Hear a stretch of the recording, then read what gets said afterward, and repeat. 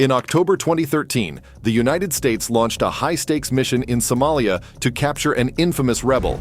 Their target was Abdul Kadir Mohamed, better known as Ikrima, a highly dangerous commander of the Somali rebellion. Rumors suggested that Ikrima was devising plans to wreak havoc on government and United Nations targets in Kenya. The mission's objective was clear: to kill or capture Ikrima and neutralize this significant threat. However, the operation didn't go as smoothly as anticipated. In the early hours of the morning, around 2 a.m. local time, the coastal town in Somalia was abruptly awakened by the unmistakable sound of gunfire. The elite SEALs of DEVGRU, also known as SEAL Team 6, made a daring entrance via a fast boat from the Indian Ocean to support the assault team's efforts.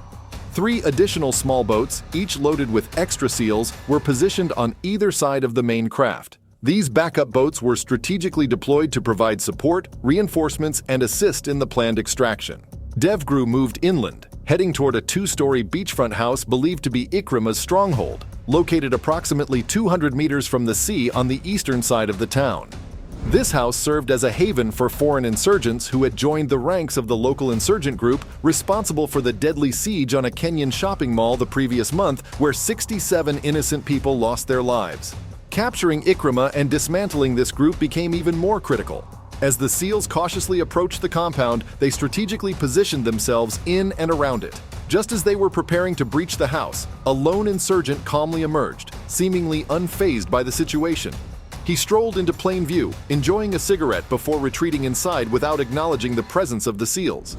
It appeared as though he hadn't noticed them, but a sudden turn of events changed everything.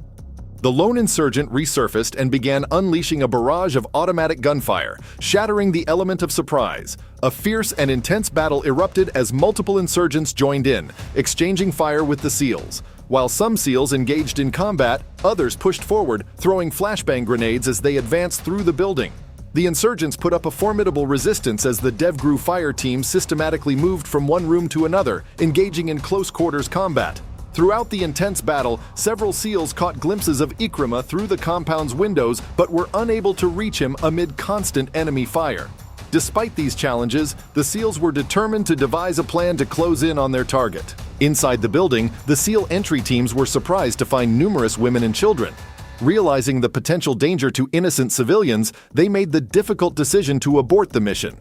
The insurgents' intense resistance significantly reduced the chances of capturing Ikrima alive. Meanwhile, the situation outside deteriorated rapidly as reinforcements from nearby houses joined the fray, engaging the SEALs, who found themselves facing a formidable force of hundreds of enemy fighters. In response to these mounting challenges, the SEALs initiated a tactical retreat towards the beach, conducting their withdrawal in stages. They paused periodically to receive orders and assess the situation, still considering the option of returning to the fight. The SEALs swiftly reached the waiting boats and returned to their base, vanishing into the night. In the chaotic withdrawal, they unintentionally left behind discarded items, including a flak jacket, a flashbang grenade, rounds of ammunition, and a Garmin GPS device. Traces of blood suggested that at least one SEAL had been injured and had discarded these items during treatment. Remarkably, no SEALs lost their lives during the assault, though at least one insurgent perished in the encounter. Following the assault, the insurgent group responded by deploying a larger number of heavily armed fighters to patrol the streets of Barawe. They stationed men equipped with anti-aircraft weapons along the beachfront, aiming to strengthen their control and counter any potential future attacks. Suspicion grew within the local community regarding the involvement of informants who aided U.S. intelligence in locating the targeted house. This led to a hunt for suspected informants, resulting in the arrest of a man known to frequent the local internet cafe. Barawe had been under insurgent control since 2008, serving as a refuge for senior members of the group. Among these figures was Ahmed Gooden, considered Africa's most wanted man, following the Westgate Mall attacks in Kenya. The operation in Somalia, challenging as it was, showcased the precision, global reach, and capabilities of U.S. anti-terror efforts.